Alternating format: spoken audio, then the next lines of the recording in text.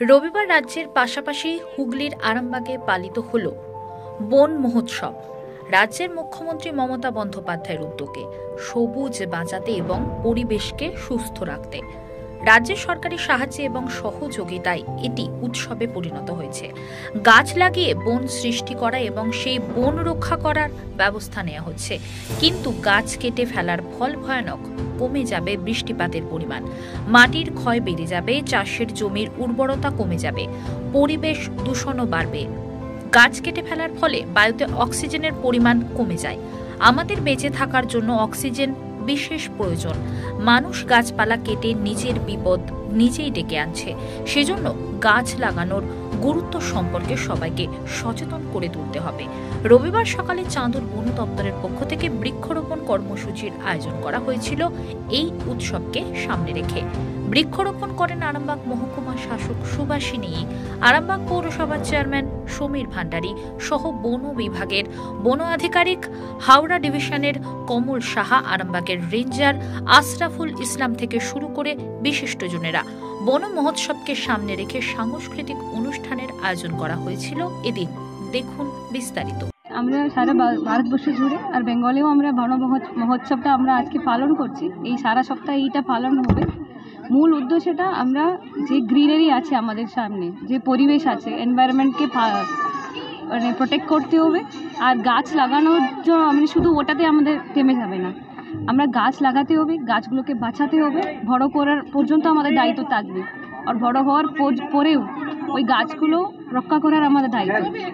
কেন এটা এনভায়রনমেন্টে আমরা এগুলো দেখতে পাচ্ছি, গ্লোবাল ওয়ার্মিংগুলো, এইগুলোর জন্য আমরা গাছ খুবই ইম্পর্টেন্ট। শুধু গাছ থাকলে অন্য পশুরাও হবে, এইটা একটু বাচ্চাদেরকেও জানানোর জন্য আজকে বন দপ্তর থেকে ওরা স্কুল থেকে নিয়ে এসছে। আমি আজকে এসছি ওই প্রোগ্রামে।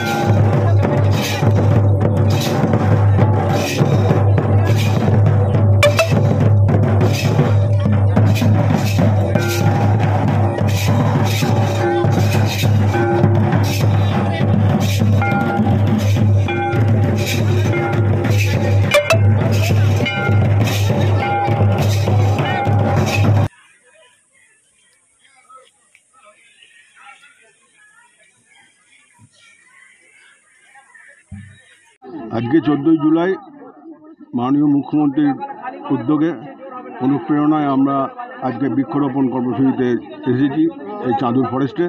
এখানে প্রায় 5000 গাছ লাগানো হচ্ছে। তা বাচ্চাদের সঙ্গে আমরা একই সঙ্গে র্যালি করে এই প্রোগ্রামটা করলাম। এই শুভ দিনে আমরা সবাই এখানে চলে এসেছি বন মহোৎসবের জন্য। এই বন মহোৎসব আমরা লোকাল মানুষদেরকে ইনভলভ করতে চাই, মানে মানুষদেরকে নিয়ে আমরা যে বনগুলো অরণ্য আছে ওটাকে আমরা রক্ষা করব। আর শুধু ওটাতে শুধুমাত্র হবে না, আমরা গাছগুলো যে লাগাচ্ছি ওটা একটা শুধু গাছ জন্য নেই, একটা গাছ মানে ওটার উপরে ডিপেন্ড করছে অনেকটা পশু প্রাণী। আর আমাদের উল্লেখ্য সবাই ওটার উপরে ডিপেন্ড করছে। এটাকে রক্ষা করার জন্য আমরা এই বন মহোৎসবে আমরা সবাই একটু শপথ নিতে হবে। আমি গাছগুলোকে রক্ষা করবো, আমি ওটাকে বাঁচাবো, বড় করে নেবো, ওটাই আমার দায়িত্ব থাকে। আজ যে আমাদের রাজ্য বন মহোৎসব উৎসবটা শুরু হতে চলেছে, সেটা আসলে কলকাতাতে আজ এখন হয়তো শুরু হতে চলেছে। সকাল 11টায় সময় ছিল, তো হয়তো আর 5 মিনিটের মধ্যেই সেটারও উদ্বোধন হয়ে যাবে। তো প্রত্যেক বছরের মতো এবছরও পশ্চিমবঙ্গ বন বিভাগ তার সমস্ত বিভাগীয় বন বিভাগ দ্বারা এই উৎসবটা পালন করে চলেছে, এবং এই উৎসবের মূল লক্ষ্যই হচ্ছে কিছুমাত্র গাছের সংখ্যা বৃদ্ধি করা এবং একটা মানুষের মধ্যে একটা সচেতনতা নিয়ে আসা গাছপালা রোপণ এবং তার পালন সম্পর্কে। তো এখানে উপস্থিত যারা যারা আছে তারাও যদি নিশ্চয়ই কিছুটা মাত্র গাছপালার পরিচর্যা এবং রোপণ সম্বন্ধে সচেতন হয়ে যায়, তাহলেই এটা একটা ছোটোখাটো সাকসেসফুল বলে মনে করা হবে। তো এই বলে আমি এই বন মহোৎসবের সর্বতোভাবে এর সাকসেস কামনা করে এখানেই আমি শেষ করছি। আমি কমল সাহা, সহ বিভাগীয় বনাধিকারিক, হাওড়া ডিভিশন।